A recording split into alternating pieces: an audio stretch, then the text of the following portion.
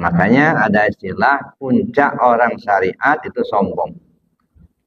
Baru keluar pesantren kilat, ya, pulang kampung semua bid'ah semua. Ilmunya cuma pesantren kilat seminggu. Nah, karena merasa tahu, merasa lebih pintar.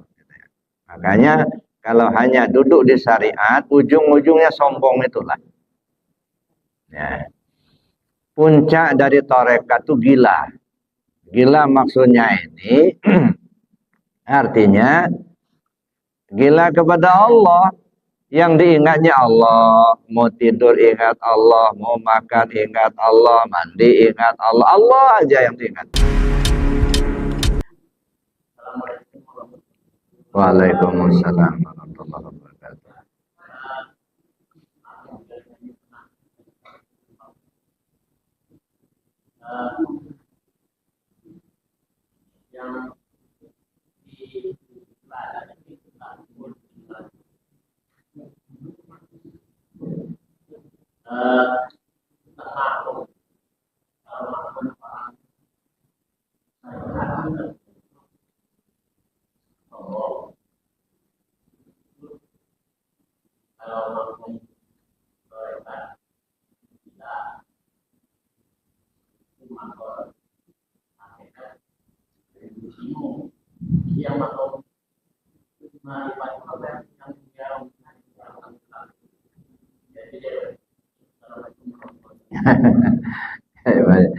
Ini kan ya istilahnya, ya, bukan makom, puncak.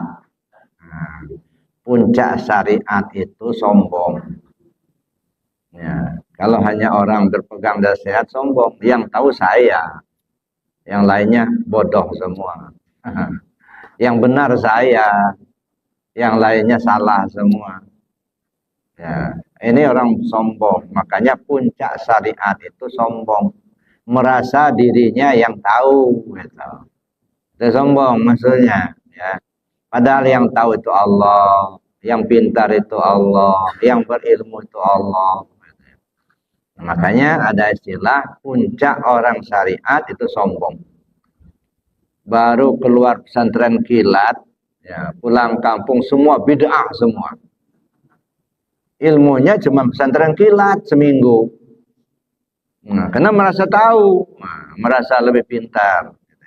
Makanya kalau hanya duduk di syariat, ujung-ujungnya sombong itulah. Ya. Puncak dari tarekat itu gila. Gila maksudnya ini artinya gila kepada Allah. Yang diingatnya Allah, mau tidur ingat Allah, mau makan ingat Allah, mandi ingat Allah, Allah aja yang diingat. Maka ciri-ciri orang yang dekat dengan Allah itu, ya, maka ada istilah ciri-ciri salah seorang itu jadi wali Allah itu apa? Kalau kita ngelihat orangnya, ingat Allah. Begitu kita ketemu, ingat Allah. Kenapa? Karena yang selalu bicarakannya Allah, begitu. Dia nggak bicara bisnis ini, enggak.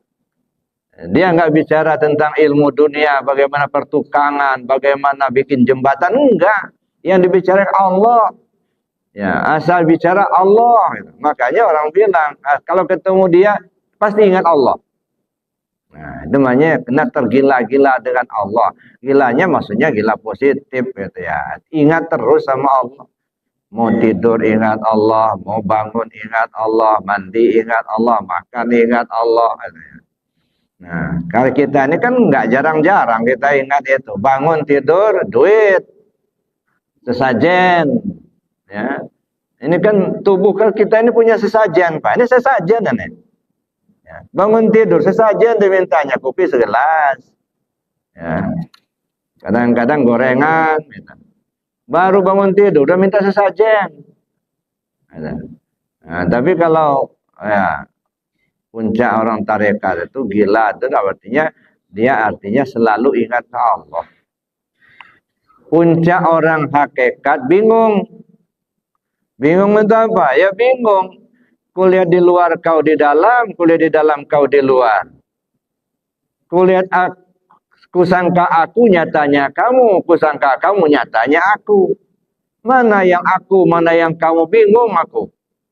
Nah, ini namanya puncak. Nah, kayak orang ngelihat angka 6, ya. Di lada sebelah sini 6. Kata kawan sebelah sana 9 katanya. Bertengkarlah mereka berdua. Nah, inilah yang bingung. Kuliah di luar, kau di dalam, kuliah di dalam, kau di luar. Kadang-kadang ada, kadang-kadang enggak. Makanya dalam istilah tasawuf, kalau kamu ada, aku tiada. Kalau kamu tiada, akulah yang ada. Makanya dari dulu ya ada seorang jamaah ya ngomong sama gurunya, ya. Karena kata gurunya, kalau kau ada, aku tiada, kata Allah. Kalau kau tiada, akulah yang ada. Bukan guru, saya mau tanya, ada apa enggak katanya. Kok kadang-kadang ada, kadang-kadang enggak. Nah, ini kebingungan. Artinya itu puncak daripada hakikat itu bingung. Itu bukan makom, Pak, puncak. Puncak dari ilmu ma'rifat itu apa? Tenggelam. Ya. Puncak ilmu ma'rifat itu enggak tahu. Tenggelam. Ya. Dia bilang tadi, tenggelam di laut bukan jadi laut. Ya. Cuman terlihat laut aja semua. Kenapa? Ya yang tenggelam. Nanti kalau lautnya kering, nongol lagi dia. Tidak pernah itu kita jadi lautnya. Mudas tetap mudas, qadim tetap qadim, Pak. Mudas tidak akan jadi qadim, qadim tidak akan jadi mudas. Nah, jadi bukan kita jadi Tuhan, bukan. Ya. Tapi kitanya enggak ada. Yang ada Allah, katanya. Ya, makanya saya bilang siang tidak akan pernah jadi malam, malam tidak akan pernah jadi siang. Ya. Yang ada datang siang, hilang malam, datang malam, hilang siang. Berganti, tubadil namanya, gitu ya. Nah, datang malam, siang berganti malam, malam berganti siang. Bukan malam jadi siang, bukan siang jadi malam, enggak. Berganti. Nah, ketika malam sudah enggak ada, maka yang ada siang. Ketika siang sudah enggak ada, maka yang ada malam. Nah, jadi cuman kita ini kadang-kadang dihambat oleh bentuk, maka kita enggak paham-paham. Nah, ini apa namanya nih? Gelas kan? Ini gelas. Kenapa kita katakan gelas? Karena dia berbentuk gelas. Kita enggak ngeliat beling enggak di sini nih. Kita enggak lihat kaca enggak? Yang kita katakan ini gelas karena bentuknya gelas. Padahal gelasnya beling itulah, gelasnya kaca itulah. Gimana cara supaya langsung bisa ngelihat kacanya? Remukan, ya, pecahin gelasnya itu. Supaya enggak berbentuk lagi. Yang kelihatan beling itulah, yang kelihatan kaca itulah. Nah, ini yang susah, Pak. Dulu pernah saya katakan, kapas ya dipintal menjadi benang. Benang disulam menjadi kain. Kain dijahit menjadi baju. Ketika kita ngelihat benang, kita katakan benang. Itu bukan kapas, karena alamnya berbeda. Ya, alamnya berbeda, namanya berganti. Padahal sebenarnya benang itu ya kapas itulah. Enggak akan ada benang kalau nggak ada kapas. Ya. Benang disulam menjadi kain. Alam berbeda, nama pun berganti. Bukan benang lagi, kain namanya. Padahal kain itu ya benang itulah. Kain dijahit menjadi baju. Yang kita lihat baju, padahal baju itu ya kain itulah. Ya. Jadi benang itu adalah kapas, kain itu adalah benang, baju adalah kain. Berarti apa? Baju ya kapas itulah. Ya. Jadi benang itu kapas, kain ya kapas, ya baju ya kapas. Cuman kita nggak ngelihat kapasnya karena ditutup sama bentuk. Ya, ditutup sama nama. Orang bilang ini kain bukan kapas. Betul, alamnya di alam kain. Coba hilangkan kainnya, ya ada benang. Hilangkan benang, ya ada kapas begitu. Jadi itu, Pak. Jadi itu bukan makom, bukan. Itu puncak. Ya, istilahnya saja itu. Supaya kita bisa memahami kemana sebenarnya kita duduk. Kalau hanya duduk di syariatnya saja itu yang terjadi, Pak. Ya, orang lain salah semua, kita sendiri yang benar gitu. Ya, berbeda sedikit amalan bid'ah gitu. Ya, pakai kunut bid'ah karena dia nggak pakai kunut. Nah, ini nggak benar ini. Jadi dalam memahami fikih, Pak, fikih itu kan paham. Maka yang disebut dengan fikih itu apa? Majmu'atul ahkam syar'iyyatil amaliyah al-muktasab min adillati tafsiliyah. Itu fikih. Paham si A beda dengan paham si B, gitu ya. Misalnya kunut, ada yang berkunut, ada yang enggak. Ya, ketika satu masjid sudah biasa berkunut, jangan disalahkan, jangan dipaksakan harus enggak pakai kunut, enggak benar juga. Kenapa? Ya berkunut ada dalilnya, yang enggak berkunut ada dalilnya. Silakan saja. Ya, jangan saling paksakan. Nah, yang rusak itu Pak gini. Ini masjid sudah biasa pakai kunut. Datang orang bentar-bentar nggak boleh pakai kunut, harus tinggalkan kunut. Ribut jadinya. Memaksakan pendapat dia kepada orang lain. Anda nggak boleh, gitu. Ya, seolah-olah punya dia aja yang benar, gitu. Ya, kan kita harus kembalikan ke dalil. Datang lagi ada satu masjid yang sudah biasa sholat tarawih 20. Datang orang, ini bid'ah. Ya dah, yang benar 8. Nah, Masya Allah. Yang mau 8 silakan, yang mau 20 silakan. Sama-sama ada dalilnya. Kalau satu tempat sudah terbiasa 20, ya jalankan aja. Ada yang nggak biasa 20, ikuti. Begitu 8, berhenti. Gitu aja lah. Ya, ini kan nggak dipaksakan harus diganti. Nah, inilah puncak syariat itu sombong itu. Akhirnya ribut jadinya. Coba kalau misalnya kita masuk sedikitlah ke tasawuf itu ya. Atau kita pahami dalil-dalilnya, sudah enggak. Amalkan apa yang kita tahu, hargai pendapat orang lain yang berbeda dengan kita. Nah, sehingga nyaman kita beribadahnya. Enggak saling gontok-gontokan, enggak saling menyalahkan. Gitu ya. Assalamualaikum. Waalaikumsalam.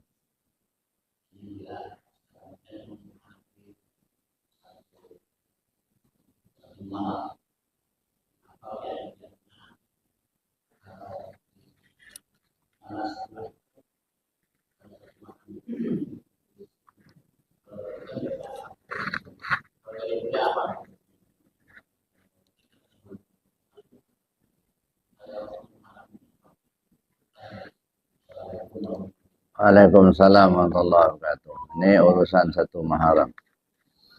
Bismillahirrahmanirrahim.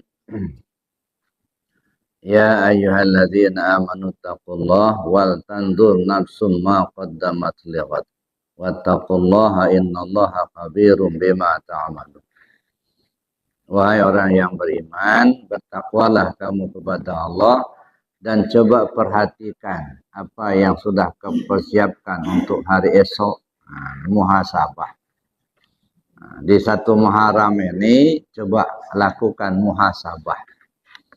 Ya, apa yang sudah diperbuat dalam kehidupan yang sudah lewat, bagaimana persiapan untuk menghadapi masa depan.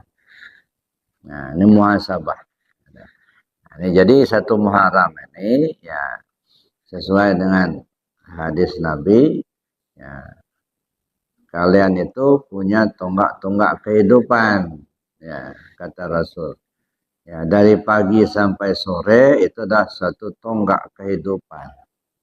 Hari silih berganti jadi satu pekan, itu tonggak kehidupan. Pekan pun silih berganti jadi bulan, itu pun tonggak kehidupan.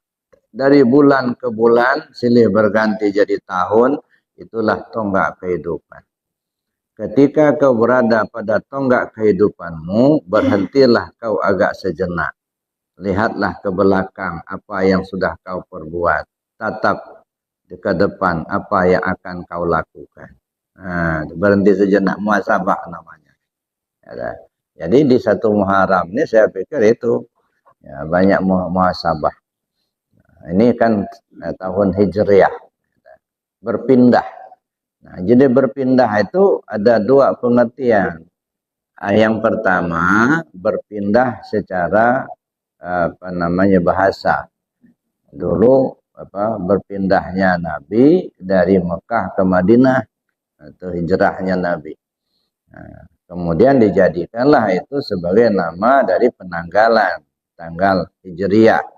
Ya, mulainya dari perhitungan pindahnya Nabi dari Mekah ke Madinah. Nah, secara hakiki berpindah itu ya dari yang tidak baik berpindah kepada yang baik. Dari tidak rajin ibadah berpindah kepada rajin ibadah.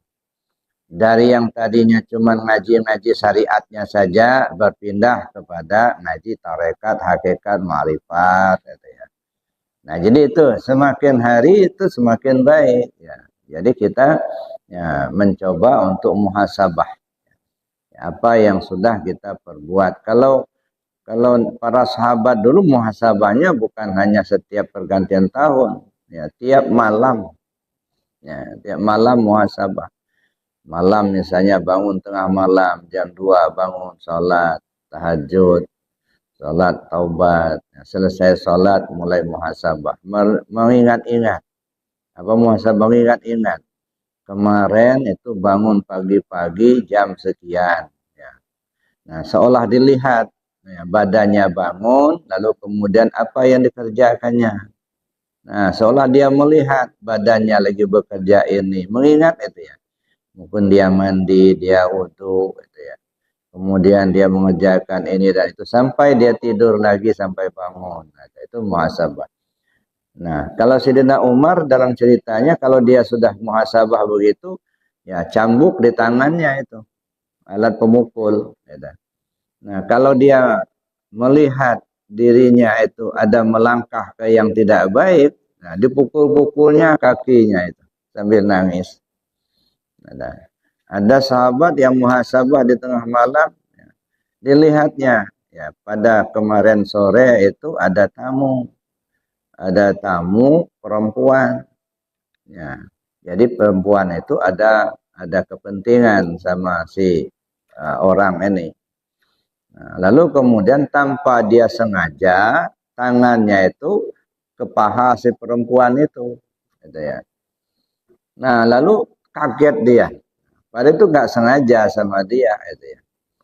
Nah, jadi waktu dia muhasabah, seperti dilihatnya tangannya itu terletak di atas paha perempuan. Nangis dia. Dikumpulkannya kayu bakar, kemudian dinyalakannya api, api lagi menyala, dimasukkannya tangannya. Ya, dan kamu nggak tahu diri katanya, kamu nggak malu sama Allah katanya. Itu menyiksa dirinya itu. Nah, itu dia muhasabah. Jadi mungkin kita nggak kuat seperti itu. Ya. Mau dipanggang betul tangannya yang salah itu. Ya. Paling kita minta ampun sama Allah, jangan diulang lagi lah. Nah itu Bapak Ibu. Jadi artinya di awal tahun ini saya pikir yang bagus itu muhasabah. Nah kemudian kita berusaha untuk meningkatkan kualitas diri kita. Jangan bertahan di hal-hal yang kira-kira memang masih di bawah begitu.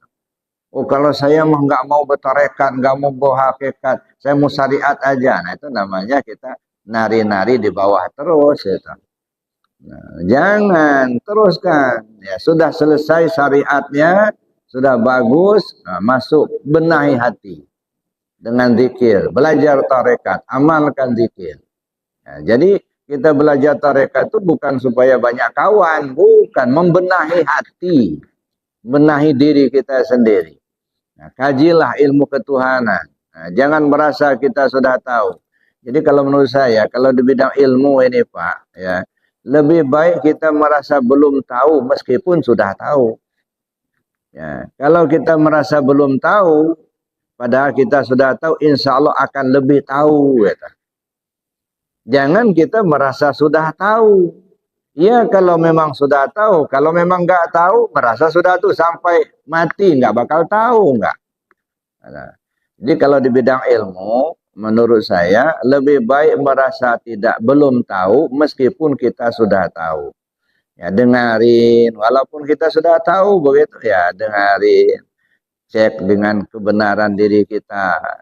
Kalau memang kita ada kekurangan bisa nambah, gitu ya. Ada kekeliruan bisa kita luruskan, gitu ya. Nah, jangan sampai kita merasa sudah tahu semua, Padahal ilmu Allah tuh luas sekali, Pak. Ya, boleh jadi kita nggak tahu, orang lain tahu. Atau sebaliknya, apa yang kita tahu mungkin orang lain juga belum tahu, Pak. Gitu ya. Nah, jadi muhasabah, saya kira itu, Pak. Nah, perbanyak muhasabah supaya meningkatkan kualitas diri kita.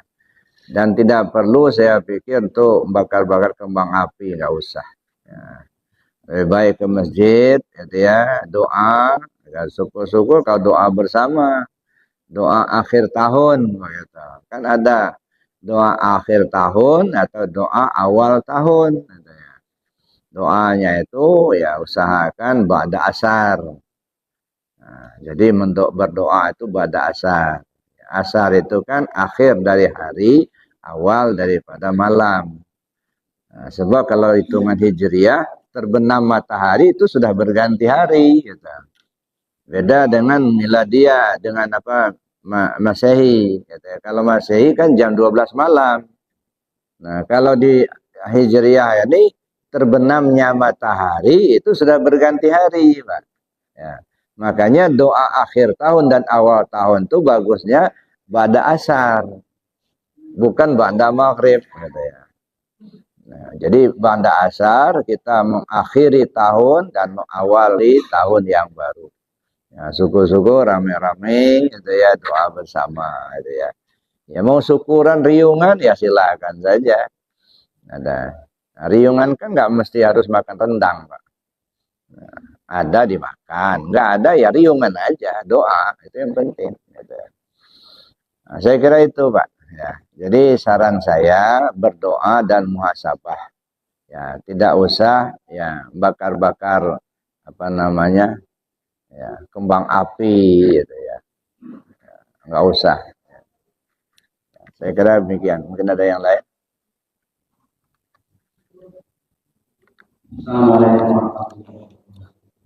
Waalaikumsalam.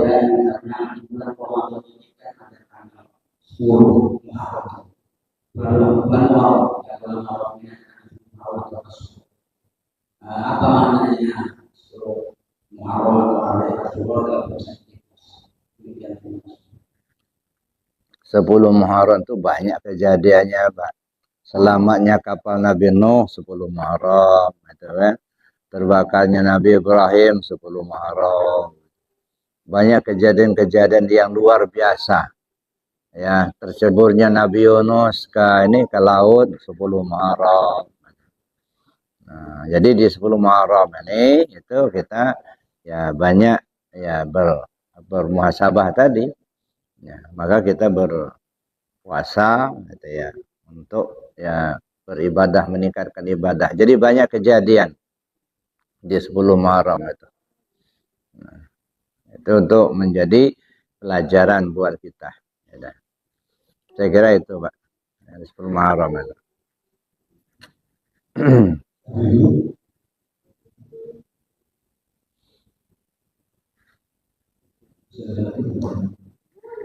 Udah, masih ada.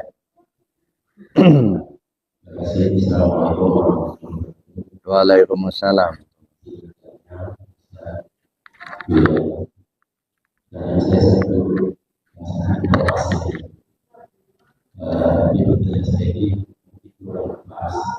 hanya saja dari sejarah itu juga ada materi yang berhubungan tadi.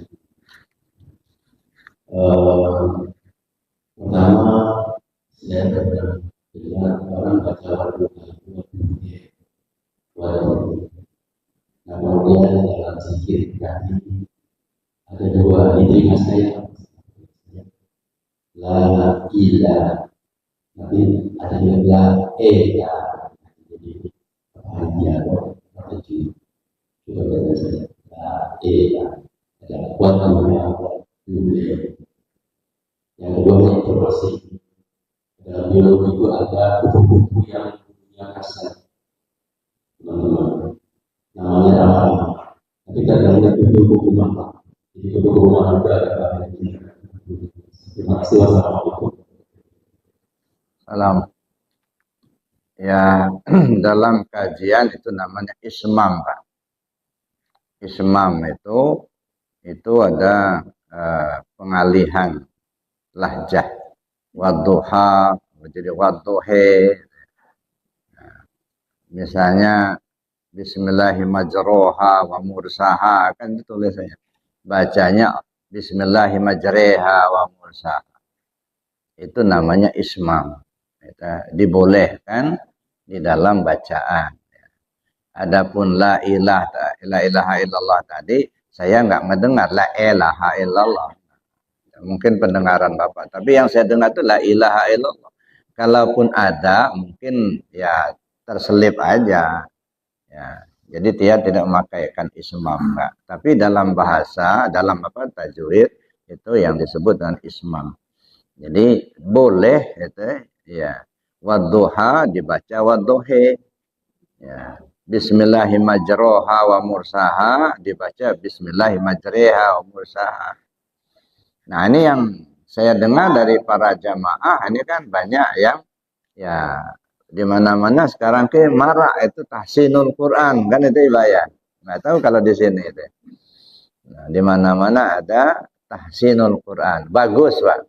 Jadi kalanya kelompok-kelompok yang ingin memperbaiki bacaan-bacaan Al-Quran atau yang disebut dengan tahsinul Quran. Ya, saya kira bagus. Cuman hati-hati saja. Kenapa saya katakan hati-hati? Karena sudah kejadian, Pak. Saya tidak menuduh, enggak. Ada seorang jamaah ya yang ngomong ke saya, "Buya, saya mau berhenti dulu berzikir," katanya. Ya, kenapa? Saya bilang, saya dapat guru baru. Saya mau pelajari Al-Quran dulu. Mulai dari bacaan Al-Quran, katanya. Yang mungkin selama ini bacaan saya salah, katanya. Nah, jadi akhirnya saya akan fokus untuk mengkaji Al-Quran dulu, baca Quran. Ya boleh, silakan aja sebenarnya. Zikir kan bukan punya saya, punya Allah. Kamu zikir saya nggak untung, kamu nggak zikir saya nggak rugi. Gitu ya. Kamu zikir untuk diri kamu nggak zikir ya untuk diri kamu juga. Silakan aja. Cuman saran saya hati-hati sebenarnya. Gitu ya. Nah, saya tanya gimana kajiannya di situ. Ya, dia meluruskan bacaan Al-Quran, jangan mengkaji yang lain dulu, cukup kita baca Al-Quran aja dulu, karena kita selama ini cuma baca Al-Quran tapi nggak paham isinya, kata dia. Ya silakan aja, cuman hati-hati sebenarnya. Ya, jadi udah ngobrol-ngobrol lah yang lain, gitu ya. Nah, beberapa bulan kemudian dia datang, bukan dia yang datang, tetangganya. Si Anu itu sudah enggak lagi pimpin baca Yasin. Ya, padahal tadinya setiap malam Jumat ada Yasin keliling, nah dia yang mimpin. Kalau khataman dia jadi imamnya. Sekarang sudah enggak mau lagi. Nah, saya dapat informasi begitu, satu ketika ketemu. Rupanya benar, dia sudah enggak baca Yasin lagi, enggak mau lagi pimpin Yasin. Tahlil sudah enggak mau. Rupanya kata gurunya, katanya, jangan mengikuti sunnah, ikut Al-Quran aja. Oh, jadi ingkar sunnah rupanya. Ini aliran ingkar sunnah.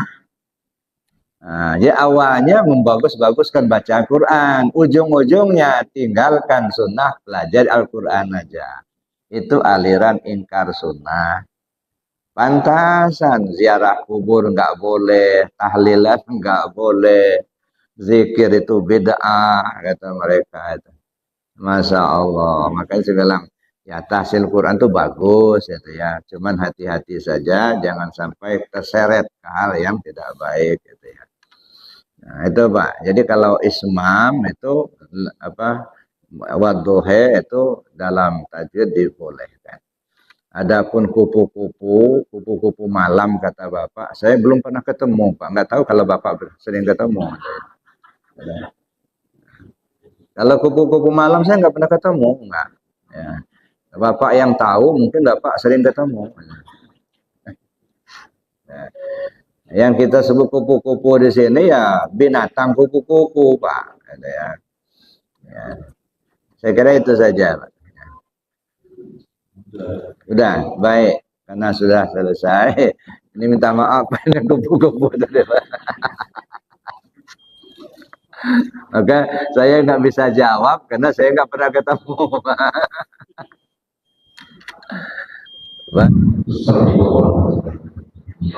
Salam. Dia menceritakan bahwa perjalanan ruh tadi dari alam ruh ke alam dari betulnya.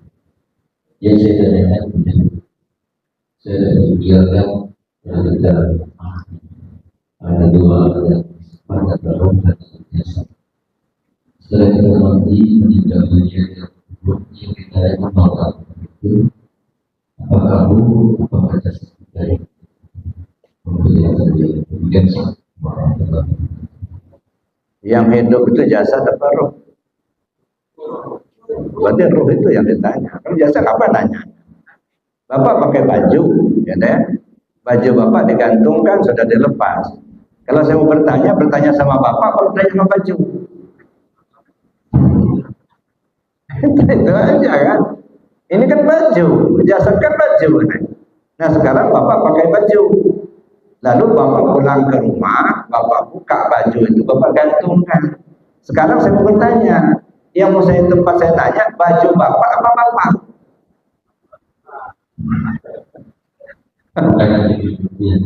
Yang akan disiksa di alam akhirat itu apakah maka jasad itu? Siksa itu kan perasaan. Ya, yang merasakan susah senang itu jasad apa roh? Ya roh itulah. Cobalah ada orang mati sebelah. Ya, orang kena stroke mati sebelah. Pencet-pencet yang mati itu nggak kerasa enggak? Coba kalau yang masih hidup, saya pencet sakit itu. Jadi yang merasakan itu dagingnya itu paruhnya. Ya rohnya itulah. Jadi siksa neraka dan sorga itu satu apa? Makanya sorga itu suatu kenikmatan, neraka itu suatu kesedihan. Ya. Nah sekarang yang merasakan nikmat dan sedih itu jasad apa roh? Roh itu tadi jasad itu ibarat bajunya saja. Jadi roh kita itulah karena dia sudah berada pada posisi roh, maka dia perlu ada tanggung jawab. Nah, karena dia posisi roh.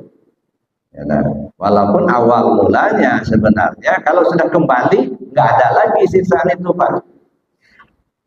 Kalau betul sudah kembali ke Allah, nggak ada lagi siksaan.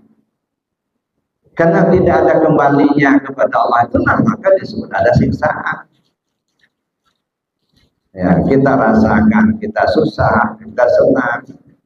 Kalau sudah kembali ke Allah, nggak ada siksaan lagi. Itu masih bilang tadi, kalau semuanya sudah diserahkan, maka disebutlah masuk surga tanpa hisab.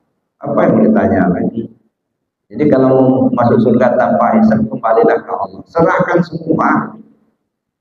Jangan ngaku kita yang pintar, ngaku kita yang hebat, ngaku kita yang kuasa. Kalau pengakuan-pengakuan itu masih ada bersarang di hati kita, nah itu yang mau ditanya. Ya, kamu ngaku kamu yang berbuat, ya, perbuatan kamu apa saja. Nah jadi neraka itu ya isyarat kepada kesusahan. Makanya kadang-kadang ya sekarang aja sudah kita bisa bedakan kesedihan, kesusahan dengan kenikmatan. Jadi sebagai gambaran, surga itu adalah satu kenikmatan, neraka itu adalah satu kesusahan, satu kesedihan. Kadang-kadang kita ciptakan sendiri, Pak. Allah itu tidak pernah menyiksa hambanya. Ya. Allah tidak bersifat kejam, enggak. Allah itu bersifat Rahman dan Rahim, pengasih penyayang. Ya. Tapi apa yang diminta hamba dikasih sama Allah. Ya. Hamba minta senang dikasih, minta susah dikasih. Jadi yang menciptakan neraka itu ya kita sendiri. Maka ada anekdot itu ya. Cerita si Bahlul. Bapak kenal sama Bahlul? Nah, nggak kenal ya. Jadi si Bahlul ini kan dikatakan dia enggak waras, tapi kayak waras itu. Dia hidup di zaman Harun ar-Rasyid. Ya. Jadi raja ketika itu senang dengan beliau, karena beliau ini kadang-kadang ya kayak enggak sempurna, tapi apa yang diomongin kadang-kadang masuk akal gitu ya. Makanya raja waktu itu ya senang dengan adanya Bahlul itu.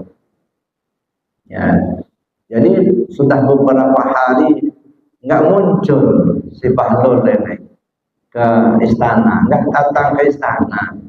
Udah berapa minggu nggak datang, sehingga raja bertanya-tanya, mana si Bahlul ini kok nggak datang? Tiba-tiba datang ya. Nah, dari mana aja kamu, Lur? Kata si raja, maaf Tuan Raja, saya baru kembali dari neraka. Kenapa kamu di sana? Saya meminta api sama penjaga neraka itu. Kan lumayan katanya. Kalau api neraka kan cepat untuk masak. Ya. Terus dapat api neraka yang enggak dikasih sama penjaga neraka itu. Kata mereka, Bahlul katanya, kami di sini tidak menyediakan api. Karena mereka yang datang ke sini, mereka sudah bawa api masing-masing. Ada ya? Ya. Jadi semakin banyak mereka bawa api, semakin terbakarlah dia. Kalau dia nggak bawa api, ya nggak kebakar. Nah, itulah artinya yang menyiksa diri kita ya kita sendiri gitu ya. Kenapa kita sendiri? Ya karena nggak kenal Allah itu. Ya, nggak kenal Allah, nggak diserahkan. Yang milik Allah kita akui punya kita, malin itu namanya. Ya, Allah yang punya hayat, Bapak punya ruh. Ada ruh kan? Pernah bikin ruh? Nggak pernah kan? Berarti kan nggak punya itu. Kenapa ngaku-ngaku punya? Dan kita nggak pernah bikin ruh. Ruh itu punya Allah. Nah, kenapa diakui punya? Nah, karena kita ngaku punya itu yang ditanya. Coba kalau nggak ngaku lagi, ya, sudah diserahkan, mau nanya apa lagi? Karena ruhnya sudah diserahkan, maka yang lain pun ikut diserahkan. Kodrat iradatnya sama pasornya sudah diserahkan semua. Matilah namanya kita. Orang mati gimana mau nanyanya lagi? Nggak bisa ngomong lagi ya. Itu artinya yang merasakan itu adalah ruh kita. Kenapa dia disiksa? Karena tugasnya nggak jalan. Ya, tugas kamu itu mengembalikan tadi. Kan tugasnya kan pertama mengenal, yang kedua menjaga, yang ketiga memuji, yang keempat mengembalikan. Ini sampai waktunya habis nggak selesai ini. Itu yang ditanya. Ini kalau sudah selesai, ini mau nanya apa lagi? Maka itu yang disebut dengan masuk surga tanpa hisab. Ya, karena semuanya udah dibalikkan. Nah, kita sudah nggak punya lagi. Nah, kalau sudah nggak punya lagi, berarti yang punya itu Allah, yang hidup Allah, yang tahu Allah, yang kuasa Allah. Nah itu, jadi gitu Pak. Jadi yang ditanya ya itu ya, yang nanya itu seperti apa nanyanya. Nah, jangan dibayangkan nanya itu kayak kita di Indersub atau ditanya sama Pak Polisi. Gitu. Sekarang kan selalu berperang kan di dalam diri kita ini. Selalu bertanya terus. Ini semua berangkat apa enggak ya ke pengajian? Kan bertanya terus ya. Dan ini mau dilakukan enggak ya? Nah, ketika kita terjerumus kepada yang tidak baik, akhirnya kita tersiksa. Tapi ketika kita jalani hal yang baik, maka kita bahagia. Jadi surga neraka itu ya kita yang ciptakan sendiri. Allah menyediakan ya, fasilitas itu. Nah, silakan, masih ada yang lain. Assalamualaikum. Salam.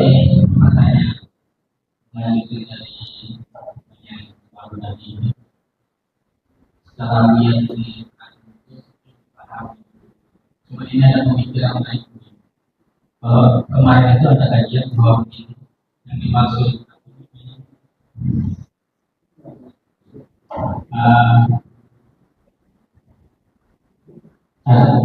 ini ya, ruh itu uh, pemberian Allah. Jadi ruh itu sendiri itu Allah. Jadi menurut pendapat yang lain gitu, bahwa tidak mungkin Allah menyiksa dirinya sendiri. Nah itu pemahamannya. Pemahaman beliau itu begini juga, bahwa yang kita yang nanti akan ditanyakan itu adalah kesadaran. Jadi bukan ruh. Ya, kesadaran menurut beliau kesadaran. Kenapa kesadaran yang dipertanyakan?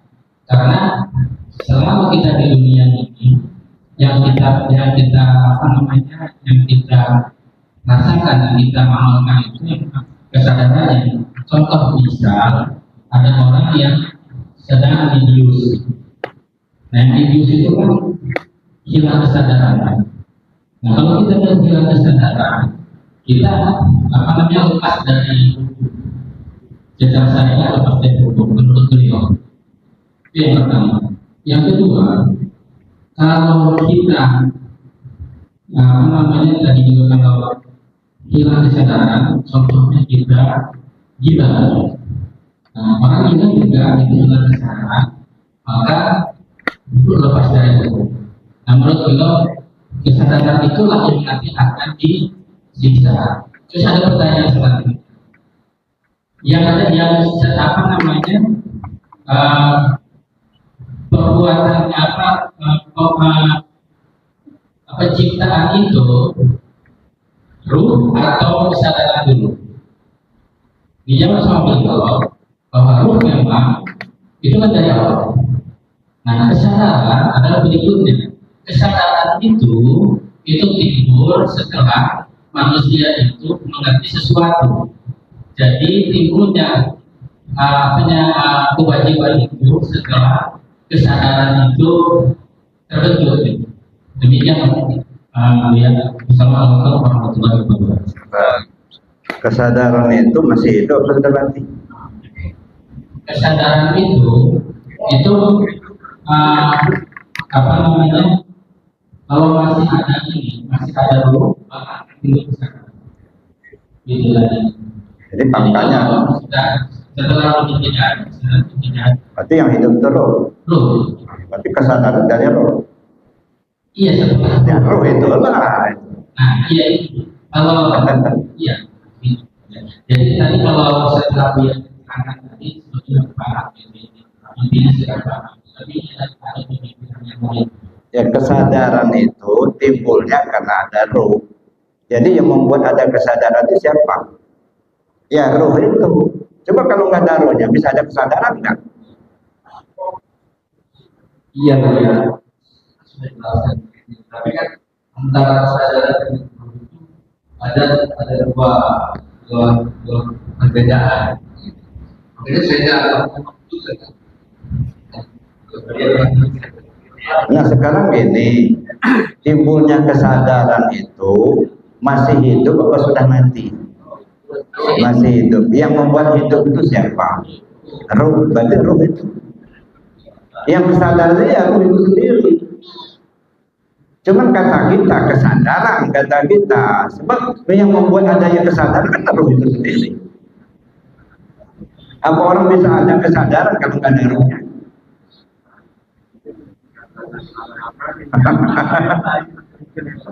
Ini yang saya pahami.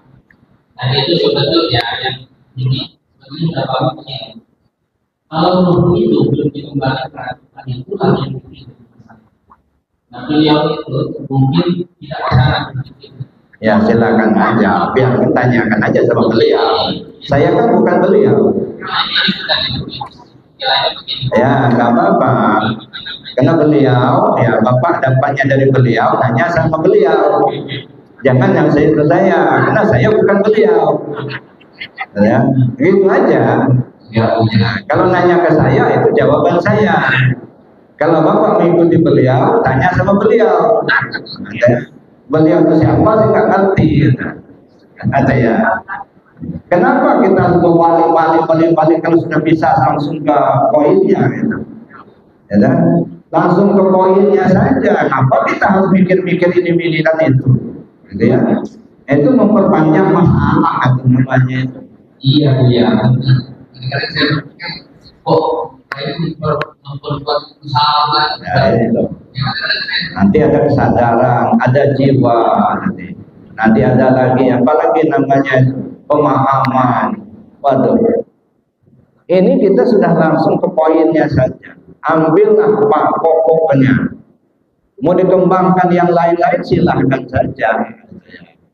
Yang membuat ada kesadaran ada ruh itu. Kalau nggak ada ruhnya bagaimana mau sadar lagi? Intinya ruh itu bukan milik kita. Intinya ruh itu milik Allah, kembalikan ke Allah. Nggak ada kesadaran kita lagi. Kalau masih masa kita yang sadar masih mendua, masih syirik itu lah. Ya. Kita sadar kita punya, berarti berdua. Ya, kesadaran Bapak itu bukan dari Allah, berarti dua, masih syirik itu.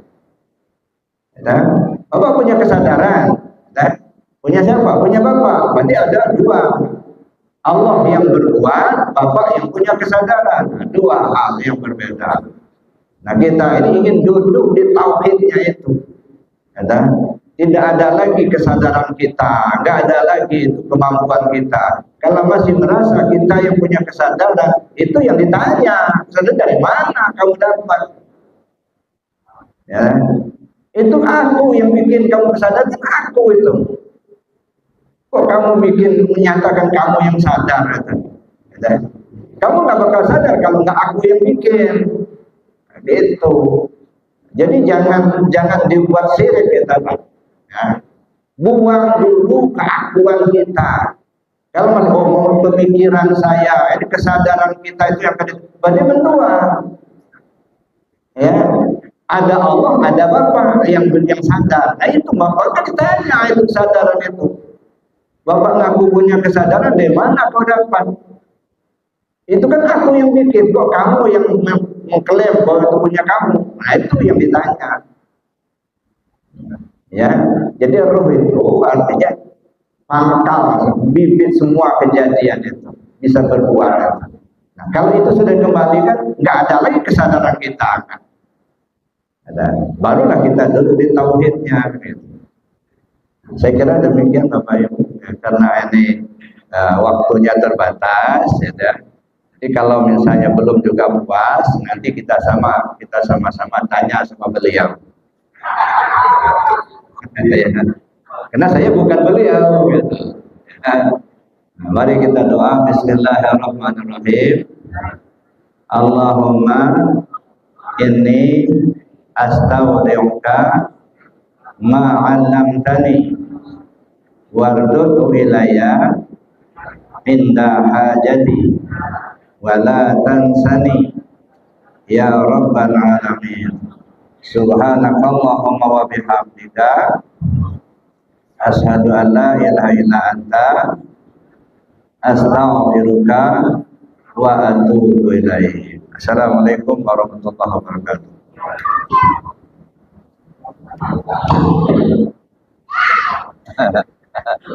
Alhamdulillah.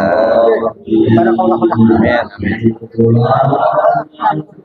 Ya, Pak Haji, sehat Pak Haji. Ya,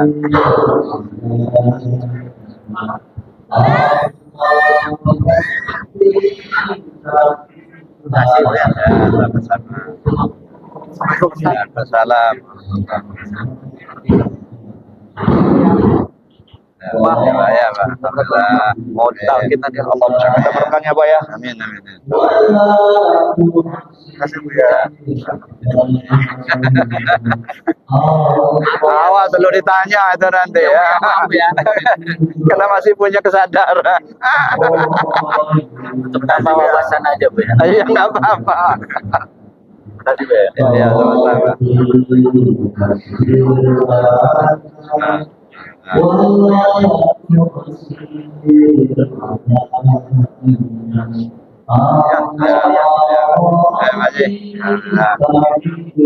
Maaf nih call nih ane Jumat. Ayo pakai salat dulu. Iya ya.